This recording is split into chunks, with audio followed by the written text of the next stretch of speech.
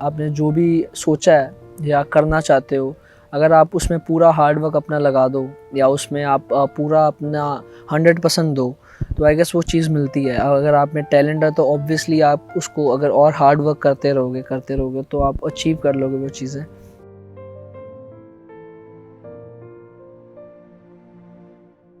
हाय अभी, हाय प्रिया, कैसी हो? बढ़िया। आपकी जर्नी कैसे स्टार्ट हुई? क्रिकेटिंग जर्नी मेरी ऐसे स्टार्ट हुई कि मेरे डैड क्रिकेटर थे, तो शुरू से ही जब मैं 2-3 साल का था मुझे वो एकेडमी में लेके जाते थे साथ में, तो मैं देखता था, बहुत छोटा था। फिर मैं घर आके टेनिस बॉल से खेलता था। 6 साल का था तो मैंने शुरू कर दिया था खेलना।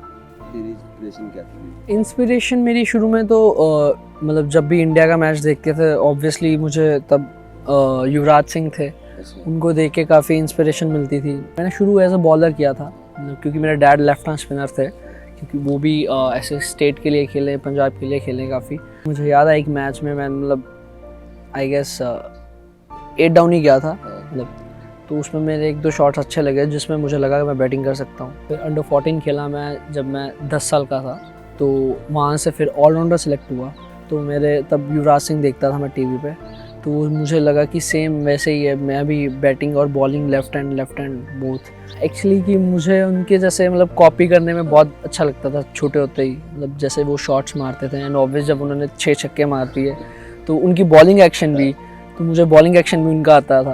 तो धीरे धीरे फिर मतलब ऐसे नहीं, क्रिकेट में ऑब्वियसली तुम्हें भी पता है कि ऐसे हम कॉपी नहीं कर पाते किसी को, मगर फिर भी एक चीज़ होती है जिसको आप बहुत देख के इंस्पायर होते हो, तो मुझे उनको देख के काफ़ी इंस्पिरेशन मिलती थी। एंड ऑब्वियसली माय डैड, वो शुरू से ही मतलब मुझे सिखाते थे एक एक चीज़, एक एक मेरे बेसिक्स जो उन्होंने सारे बनाए। जब मेरा रणजी ट्रॉफ़ी मेरा फर्स्ट सीज़न था, मैं 15 साल का था। फर्स्ट मैच में तो थे नहीं साथ में, मगर उन्होंने मुझे समझाया था। हिमाचल था मेरा डेब्यू मैच और उन्होंने मुझे गुड लक बोला था सबने। नेक्स्ट मैच हम खेले PCA में अगेंस्ट विदर्भा, तो उसमें यूवी पाजी आ गए थे। तो जब मैं उनके साथ बैटिंग करने गया, मैं बैटिंग कर रहा था, तो आई स्टिल रिमेंबर कि मैं उनको ही दिख जा रहा था नॉन स्ट्राइकर पे।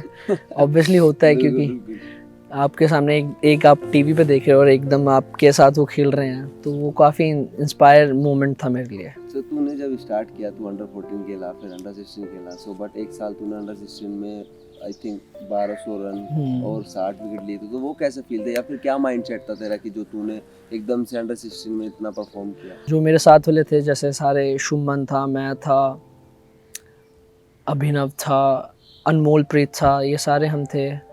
उस साल वो प्रमोट हो गया था अंडर 19 में और अंडर 16 में भी थे, तो उस साल मेरा नाम नहीं था अंडर 19 स्टेट में, तो मुझे थोड़ा हुआ कि यार मेरे साथ वाले 19 स्टेट में हैं, तो फिर भी मैं मतलब लीड कर रहा था अंडर 16 अपनी टीम, मगर मुझे था कि अब जहाँ मुझे मौका मिल रहा है मैं उसको अपने जिताऊँ, अपनी टीम को जिताऊँ, और हम वो साल जीते थे। और फॉर्चुनेटली उसी साल फिर मैंने 1200 और 57 विकेट्स लिए 8 मैचों में, तो उसी साल मुझे सीधा 19 में प्रमोट कर दिया गया। तो उसके बाद जैसे जोनल हुई, फिर मैं जोन की टीम में आया और उसमें तू भी था, है ना।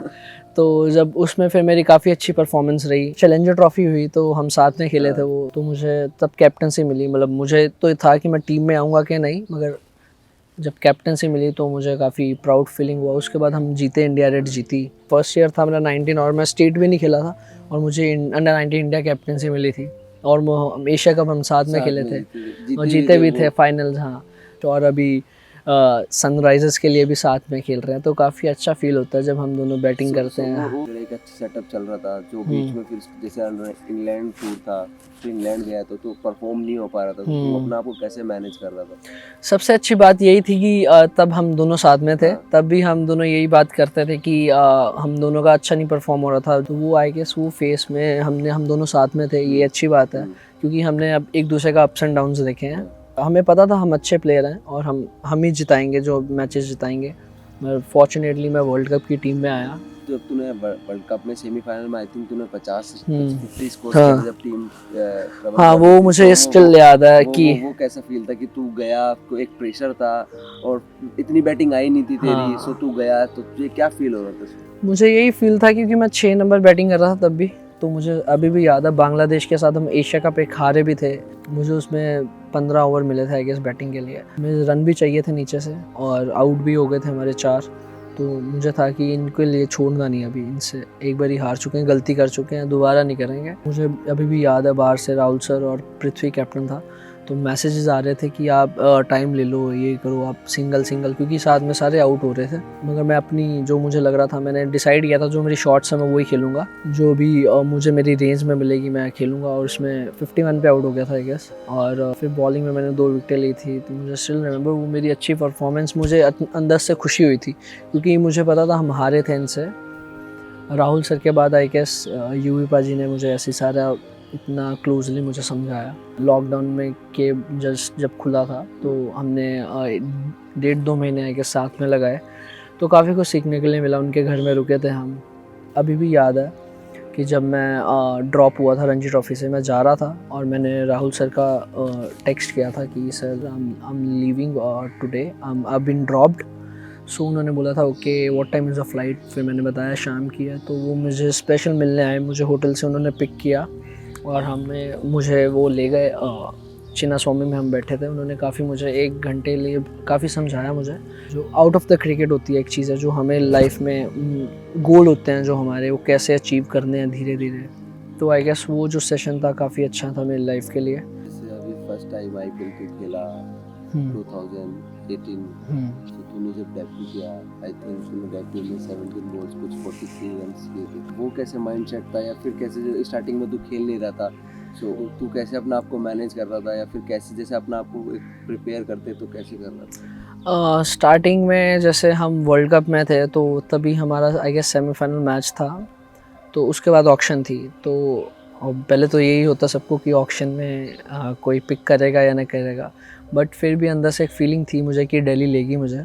काफ़ी मोटिवेटेड थे सारे प्लेयर्स क्योंकि हम जीत के आए थे एक तो वर्ल्ड कप, ऊपर से हम सारे, मेरा जो एज ग्रुप था हमारा वो डीसी में ही था। मुझे याद है मैं नेट में बैटिंग कर रहा था और मुझे कोच ने बोला था, रिकी पॉन्टिंग सर ने, कि यू माइट प्ले टुमारो। तो मैंने कहा कि ओके, मतलब मुझे था, पहले भी बोल चुके थे 1-2 बारी, तो मुझे था कि इस बार भी वैसे ही होगा, मुश्किल होगा।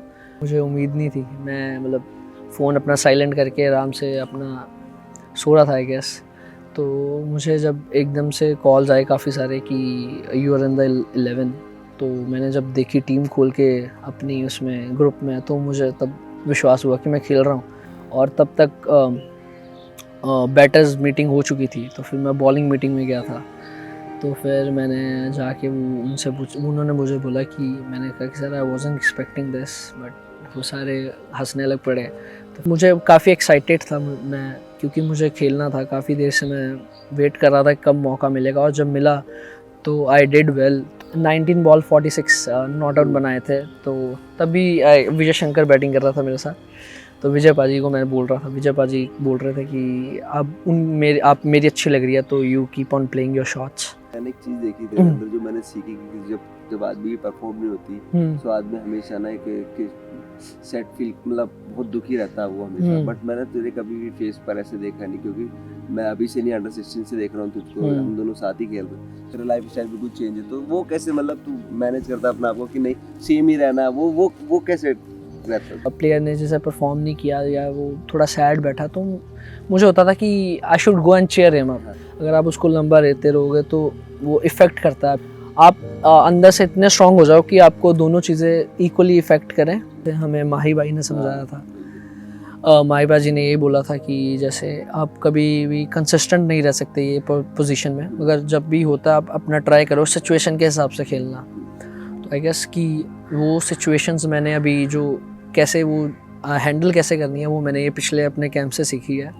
सो अभी जैसे अभी तू सारा फैमिली में है, जो तू एंजॉय कर रहा है, केक स्मैश, सबको केक लगा रहा है, तो यहाँ पर आकर तुझे कैसा फील हो रहा है? यहाँ पर मुझे लगता है कि हम दोनों केक इसलिए मतलब या इसमें ज़्यादा दिखते हैं क्योंकि हम दोनों ज़्यादा किसी से भी हम घुल मिल जाते हैं, कि हम बड़े, हमारी नेचर ऐसी है कि हम किसी से, हमारा वो कोई चीज़ नहीं रहती दूर।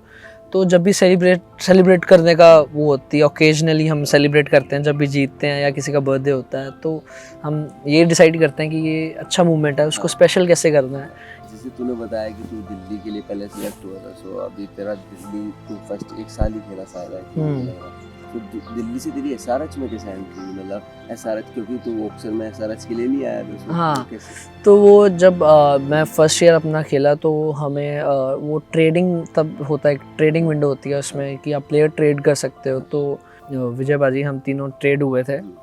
जब आप एसआरएच के, आई गेस कि जो भी हमारा ये जो मैनेजमेंट है, जो हमारी कोचिंग स्टाफ है, ये सबसे ज़्यादा एक्सपीरियंस था लास्ट ईयर भी और इस साल भी है। तो मुझे वो चीज़ में काफ़ी, मेरे लिए वो पॉजिटिव चीज़ थी कि इनसे ज़्यादा सीखने के लिए मिलेगा। और सबसे बड़ी बात, एसआरएच में सारे मतलब आई गेस हम सारे फैमिली की तरह रहते हैं, जो कि बहुत अच्छा, जो मुझे लगा कि सबसे अच्छी हमारी चीज़ है बाकी टीमों के comparative.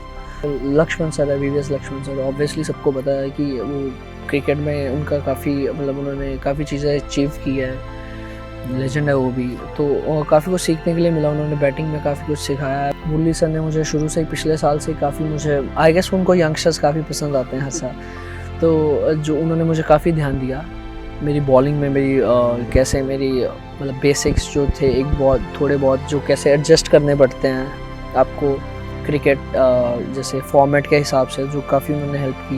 And in the batting also मुझे काफ़ी उन्होंने बताया कि आप ऐसे अपनी नॉर्मल खेलो, आपको कोई ज़्यादा करने की ज़रूरत नहीं है। तो ये चीज़ें सारी कॉन्फिडेंस देती है जब आपको लेजेंड्स बोलते हैं ये चीज़ें। तो आई गेस कि ये चीज़ें काफ़ी आपको मोटिवेट करती हैं।